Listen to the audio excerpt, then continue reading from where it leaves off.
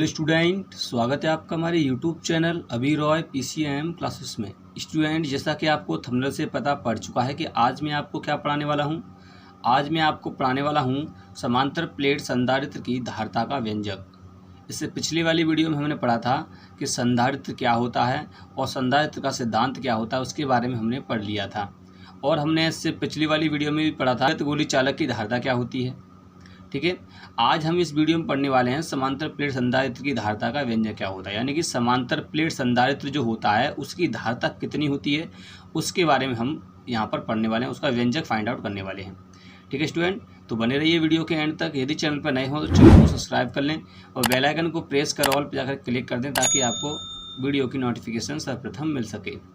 तो स्टूडेंट, चलते हैं, टॉपिक को स्टार्ट करते हैं। चलिए स्टूडेंट, समांतर प्लेट संधारित्र की धारिता का व्यंजक, यानी इसे इंग्लिश में कहते हैं expression for capacitance of A parallel plate capacitor. ठीक है स्टूडेंट, समांतर प्लेट संधारित्र की धारिता का व्यंजक क्या होता है वो देखने वाले हैं। तो इस टॉपिक को मैं एक ट्रिक के माध्यम से बताऊंगा। यहाँ पर मेरा ट्रिक है EVC, ठीक है नी। तो जब हम समांतर प्लेट संधारित्र की धारिता निकालेंगे तो उसमें हमें क्या क्या निकालना पड़ेगा, 3 स्टेप में हम इस डेरिवेशन को करेंगे। यानी कि पहले निकालेंगे वैद्युत क्षेत्र, फिर निकालेंगे विभव, फिर निकालेंगे धारिता। सो ये हमारा डेरिवेशन क्या हो जाएगा, कंप्लीट हो जाएगा स्टूडेंट। ठीक है स्टूडेंट, तो EVC हमें याद रखना है और उसी से हम क्या करेंगे, समांतर प्लेट संधारित्र की धारिता का व्यंजक निकाल पाएंगे।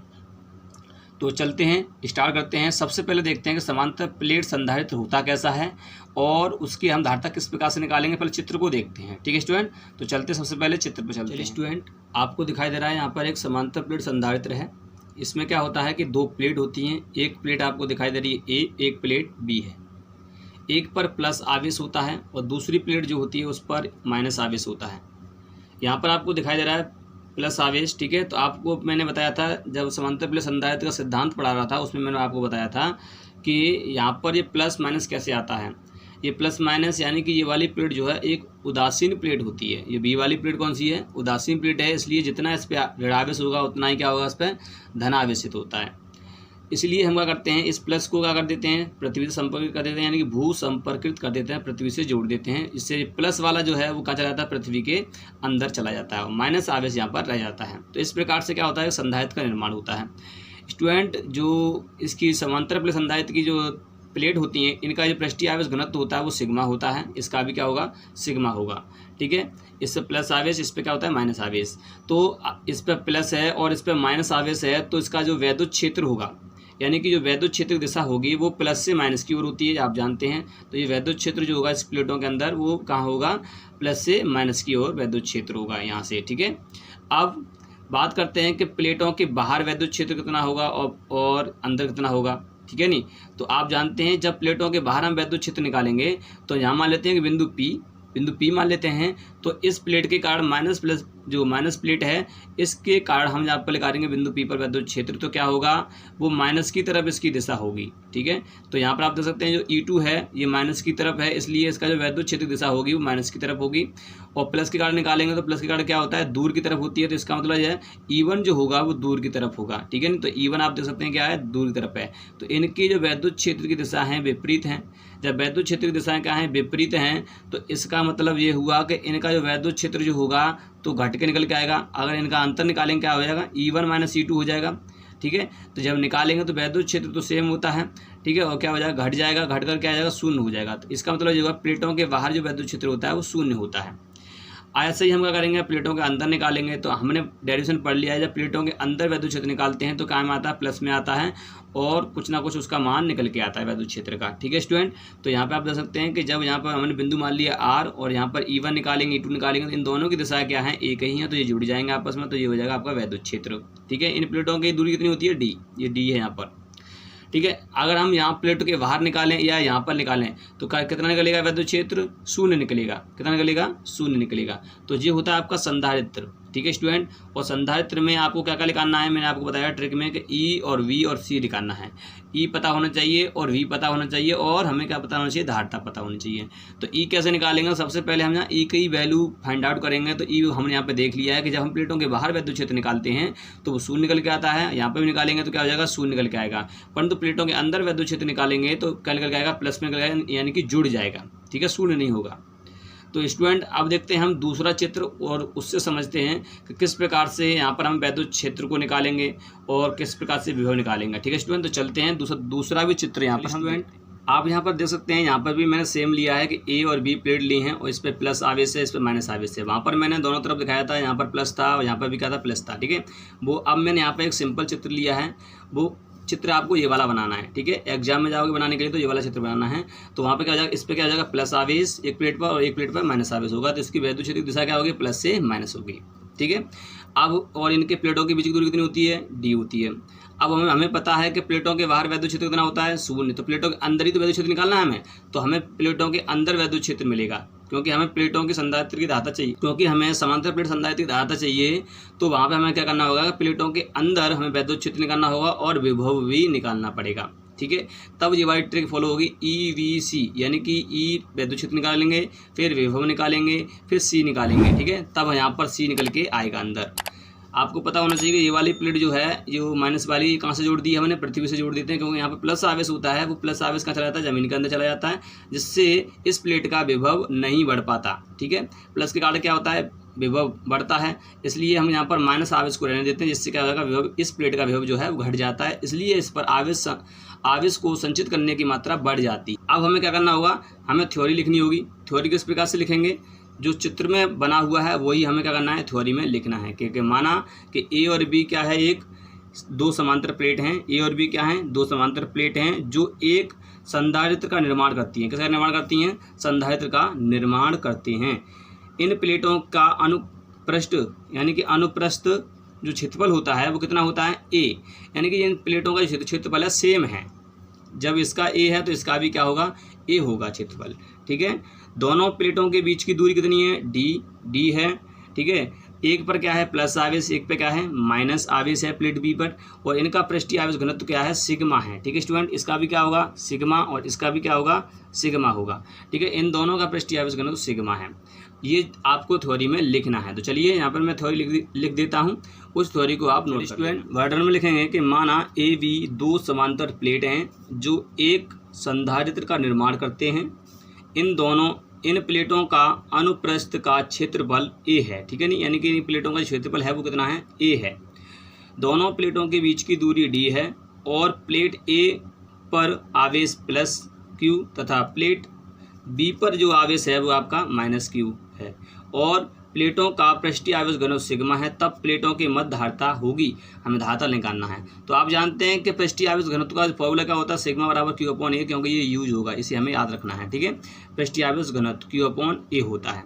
अब चलिए स्टूडेंट, हम सबसे पहले निकालते हैं, उसमें डेरिवेशन करते हैं और उसमें निकालेंगे सबसे पहले वैद्युत क्षेत्र, क्योंकि हमारी ट्रिक क्या है, ट्रिक है हमारा EVC। क्या है हमारा, EVC हमारी ट्रिक है। ठीक है नहीं, आप देख सकते हैं EVC ट्रिक है। तो सबसे पहले हम क्या निकालेंगे, वैद्युत क्षेत्र, उसके बाद विभव, फिर निकालेंगे धारिता। तो चलते हैं, सबसे पहले निकालते हैं वैद्युत क्षेत्र, निकालते हैं प्लेटों के मध्य वैद्युत स्टूडेंट। अब हम निकालते हैं, ट्रिक को फॉलो करते हैं। EVC निकालना, E क्या होता है वैद्युत क्षेत्र, V क्या होता है विभव, और C क्या होता है धारिता। तो चलिए सबसे पहले वैद्युत क्षेत्र निकालते हैं। तो प्लेटों ए और वी के मध्य वैद्युत क्षेत्र की तीव्रता निकालनी है। E1 व E2 है, यानी कितनी होगा, E1 E2 कितना होगा, तब हम जानते हैं कि E1 E2 क्या होगा, कि ये जुड़ जाएगा। ठीक है नहीं, और आप जानते हैं कि वैद्युत क्षेत्र जो होता है प्लेट के कारण, किसी प्लेट के कारण वैद्युत क्षेत्र निकालते हैं तो कितना निकल के आता है, सिग्मा 2 एप्सिलॉन नॉट बटे में होता है। ठीक है, ये निकल के आता है। तो जितना यहाँ पर वैद्युत क्षेत्र E1 का होगा और वही वैद्युत क्षेत्र जो होगा E2 का होगा, क्योंकि प्लेट सेम है, प्लेट का क्षेत्रफल भी सेम है, परंतु यहाँ आवेश क्या है, विपरीत हैं, इससे कोई लेना देना नहीं है आपको।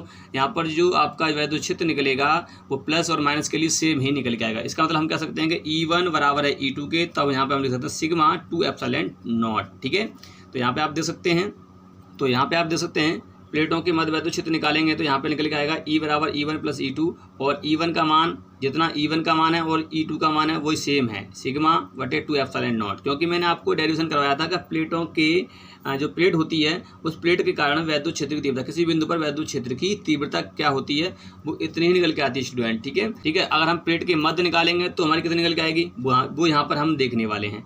तो प्लेट आपको यहाँ पर दिखाई दे रही है, एक ये वाली, एक आपको क्या है प्लस वाली प्लेट होती है और एक होती है हमारी माइनस वाली प्लेट। ठीक है, आप यहाँ पर देख सकते हैं चित्र में, आप यहाँ पर देख सकते हैं कि यहाँ पर क्या है, एक प्लेट ये वाली प्लस वाली, एक माइनस वाली है। अब हम यहाँ पर वैद्युत क्षेत्र निकालेंगे तो इन दोनों प्लेटों के मध्य निकाल रहे हैं, तो क्या हो जाएगा, इनकी दिशा आप देख सकते हैं सेम है। ठीक है, क्योंकि प्लस की कार्ड दूर की तरफ होता है वैद्युत क्षेत्र की दिशा, और माइनस की कार्ड जो होती है वो पास की ओर होती है, इसलिए इनकी जो दोनों दिशा वो हैं समान हैं, इसलिए यहाँ वैद्युत क्षेत्र जो होगा वो क्या हो जाएगा, ई बराबर नेट वैद्युत क्षेत्र होगा E1 + E2 हो जाएगा, जुड़ जाएगा, नेट जुड़ जाएगा। ठीक है, तो इसी प्रकार से निकालेंगे। परंतु वैद्युत क्षेत्र कितना होता है, प्लेटों के मध्य वाला मैंने एक डेरिवेशन करवाया है आपको कि यहाँ पर हम प्लेट एक माइनस वाली प्लेट लेते हैं और एक प्लस वाली प्लेट लेते हैं और उनके मध्य में वैद्युत क्षेत्र निकालते हैं, तो कितना निकल के आता है, वो निकल के आता है σ/ε0। ठीक है, किस प्रकार से निकल के आता है वो यहाँ पर भी हम देख लेंगे, क्योंकि यहाँ पर भी क्या है, प्लस प्लेट है और यहाँ पर भी क्या है, माइनस प्लेट है। तो यहाँ पर हम जानते हैं कि E1 का मान जो होता है वो होता है σ/2ε0, तो E2 का भी मान कितना होगा, σ/ε0 होगा।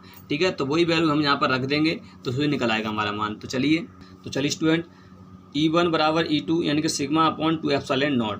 एक की कार्ड निकालेंगे तो इतना निकल के आता है, दूसरी कार्ड भी क्या होता है, इतना ही होता है, यानी प्लस की कार्ड भी इतना ही होगा, माइनस प्लेट की कार्ड भी इतना ही होगा वैद्युत क्षेत्र। तो अब यहाँ पर हम रख के जोड़ देंगे तो कितना निकल के आएगा, देखो यहाँ पर लासा कितना हो जाएगा, 2ε0, तो यहाँ पर 2ε0 लासा हो जाएगा। तो यहाँ से अगर इसमें भाग देंगे तो सिग्मा आएगा और यहाँ पर भी क्या सिग्मा आएगा, तो जो हो जाएगा 2 सिग्मा।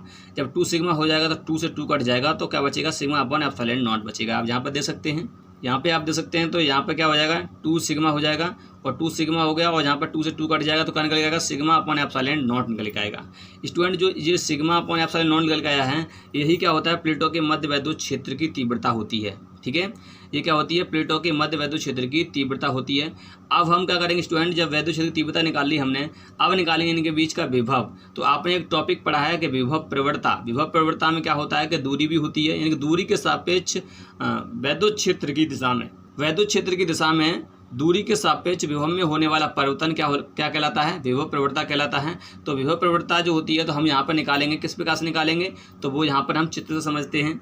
अब स्टूडेंट हम क्या करेंगे, इन प्लेटों के मध्य का निकालेंगे, विभव निकालेंगे। क्या निकालेंगे, विभव निकालेंगे। तो विभव निकालते हैं तो V बराबर होता है, अगर हम ये जो वैद्युत क्षेत्र आया है, ये वैद्युत क्षेत्र इस E का गुणा कर दें हम D में, तो वैद्युत हमारे क्या निकल के आता है, विभव निकल के आता है। क्या निकल के आता है, विभव निकल के आता है, क्योंकि हमने विभव प्रवणता में पढ़ लिया है कि दूरी के सापेक्ष वैद्युत क्षेत्र की दिशा में विभव क्या होता है, विभव में परिवर्तन कोई हम क्या कहते हैं, विभव प्रवणता कहते हैं।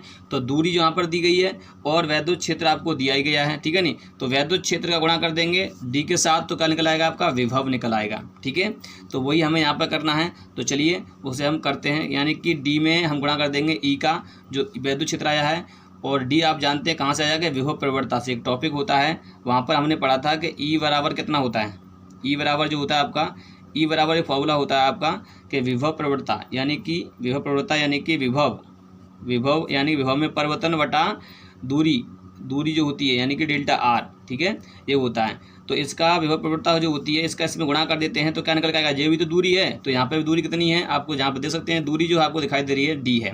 जब D का गुणा कर देंगे E में तो क्या हो जाएगा, वैद्युत विभव निकल आएगा। तो E आपको दिया ही गया है और दूरी दी गई है, और E × D कर देंगे तो विभव निकल आएगा, प्लेटों के मध्य का विभव। तो चलिए स्टूडेंट, एक काम और कर लेते हैं कि हम जानते हैं कि पृष्ठीय आवेश घनत्व बराबर होता है Q/A। ठीक है, तो हमने वैद्युत क्षेत्र जो निकाला था, मतलब सिग्मा बटे हमने निकाला था वैद्युत क्षेत्र E बराबर हमने निकाला था अभी σ/ε0। तो सिग्मा का वैल्यू कितना है, Q/A, तो Q/A यहाँ पर रख देंगे, तो यहाँ पर क्या हो जाएगा, ये निकल के आएगा। आप यहाँ पर देख सकते हैं कि यहाँ पर Q/A रख दिया है, तो ये निकल के आएगा Q/ε0A। ठीक है, ये आपका क्या निकल के आता है, वैद्युत क्षेत्र। रियल में आपका वैद्युत क्षेत्र ये निकल आया। पृष्ठीय आवेश घनत्व का जो फॉर्मूला था वो हमने यहाँ पर यूज कर लिया है। अब हम डायरेक्ट क्या करेंगे, विभव निकालेंगे। तो आप यहाँ पे विभव दे सकते हैं। तो स्टूडेंट यहाँ पे दे सकते हैं, स्टेप दूसरा है हमारा प्लेटों A व B के मध्य विभव। अब प्लेटों के मध्य विभव निकालेंगे तो हमने बताया था कि वैद्युत क्षेत्र और दूरी का गुणा कर दो तो क्या निकल आता है, विभव निकल आता है। तो E का मतलब क्या होता है, E हमने निकाल लिया है अभी, E का मान यहाँ पर रख देंगे तो Q/ε0A और इंटू D, तो ये निकल आएगा, ऊपर का अंदर गुणा हो जाएगा, यानी कि जी वाला D है इसका इसमें गुणा हो जाएगा, तो QD/ε0A।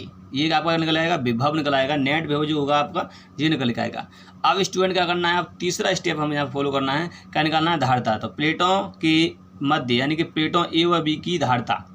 अब करना हमें प्लेटों A व B की धारता निकालनी है। तो चलिए प्लेट A B की धारता निकालेंगे। तो धारता का फॉर्मूला होता है C बराबर Q/V। क्या होता है, Q/V, यहाँ पर लिख दिया है C बराबर Q/V होता है।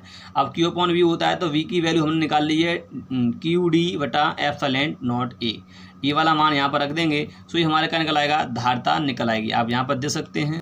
जब ये हम यहाँ पर वैल्यू रखेंगे तो क्या निकल आएगा, C बराबर Q यहाँ पर विभव का मान रखेंगे, क्या निकाला था अभी हमने क्यू डी बटा एप्सिलॉन नॉट ए, ये मान रखा था। और ये वाले मान को जब पलट देंगे तो क्या निकल आएगा, सिग्मा ए क्यू बटे क्यू डी, ठीक है नहीं, क्यू डी हो जाएगा। क्यू से क्या हो जाएगा, क्यू कट जाएगा यहाँ पर, क्यू से क्यू कट गया तो क्या निकल आएगा, धारिता निकल आएगी सी बराबर एप्सिलॉन नॉट ए बटा डी। और धारिता का जो मात्रा क्या होता है, फैराड होता है। तो ये आपकी क्या निकल आई स्टूडेंट, धारिता निकल आई आपकी।